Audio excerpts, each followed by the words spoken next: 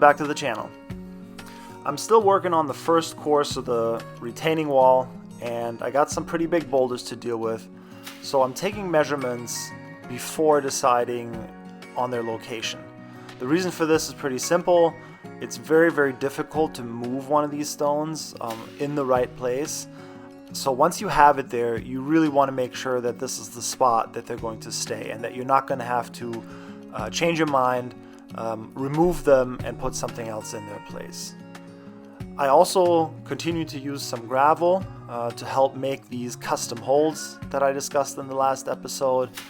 So the combination of these two things has been working pretty well, but as you're going to see in this next time lapse, picking up and moving some of these really big rocks, especially by myself, is a giant pain.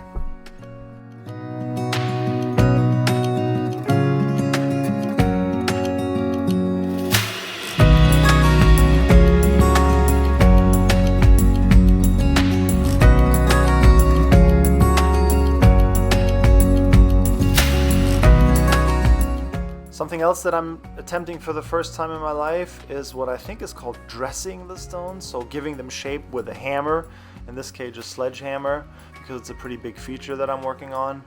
I think there's a lot that you can probably do right here that I'm not getting right, as far as like reading the stone and the grain, and that probably helps a lot. But even still, these granite fieldstones are so hard that you make sparks when you hit them with the hammer, so it's not something that I think I'm going to spend a whole lot of time on because it's very slow progress.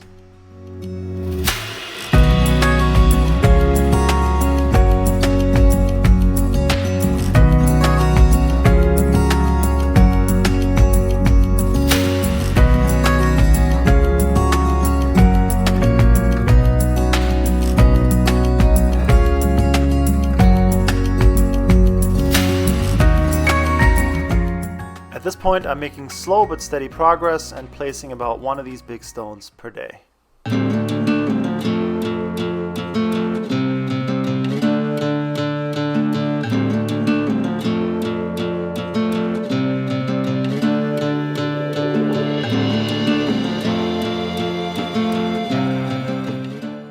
I'm using a lot of medium and smaller sized stones to make sure that these big boulders have a solid foundation, don't rock or wobble in any kind of way, and are just really solid.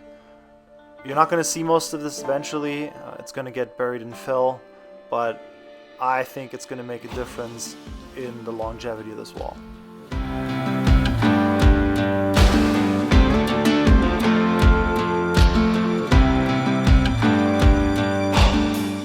I periodically use the level to check the stones. The shape doesn't always allow it, but ideally they would be level along the length of the wall and then slightly leaning back or into the hill that they're supporting. This would make the most sturdy construction. In this case, I decide the stone on the end needs to be buried a little bit lower to make more of a continuous plane.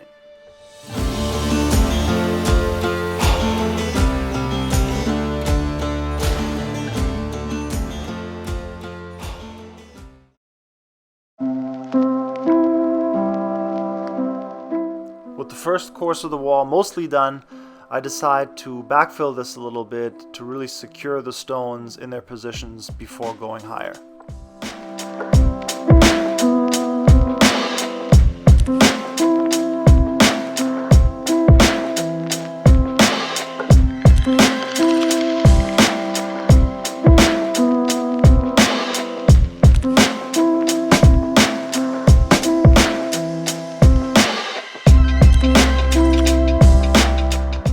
Got some fill left over from last year that I'm bringing over with the tractor to then distribute by hand with a shovel, but I'm definitely going to need to order more.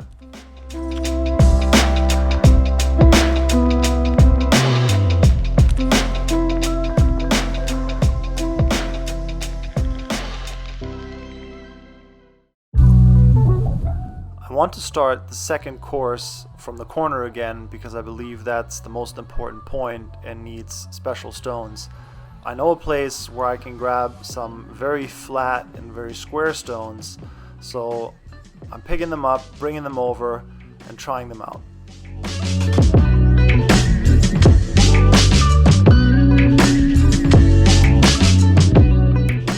I don't like this orientation because the stone would basically end where the stone below it ends, and it would form a continuous gap throughout the different courses. So I'm turning it 90 degrees.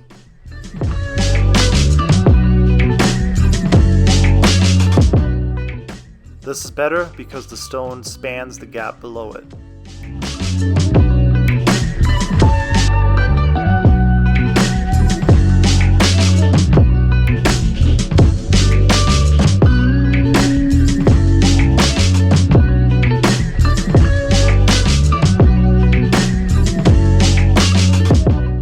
But eventually, and after sending some photos to some friends, I decide that even though stones are really nice geometrically, I don't like how it looks to have this sudden transition between the field stones on the bottom and then these other clearly quarried stones right above them.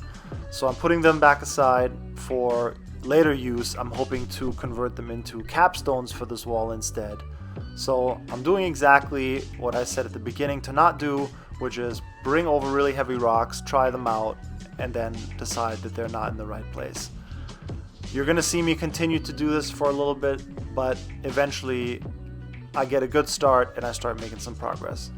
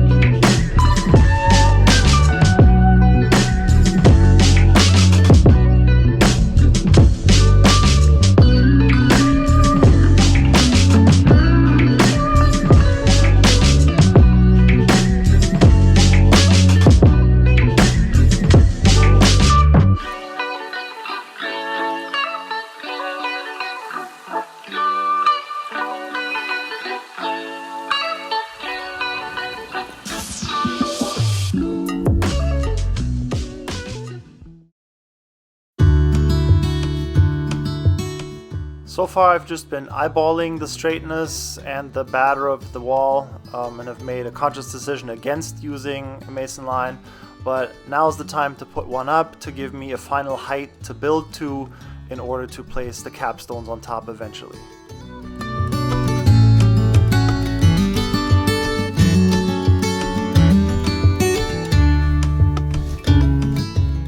Also, Chris is back, and we make a bunch of progress one morning on the weekend.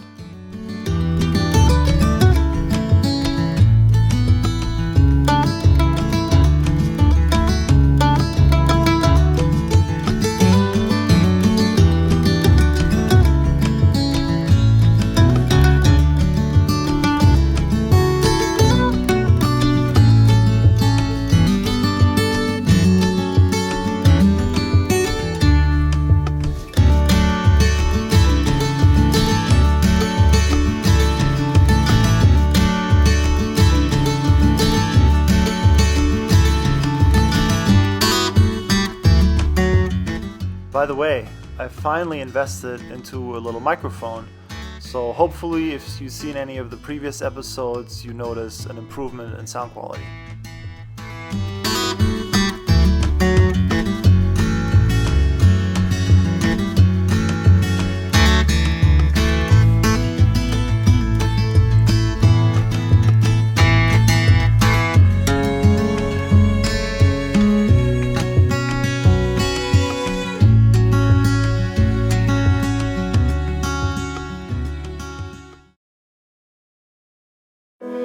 she is for now.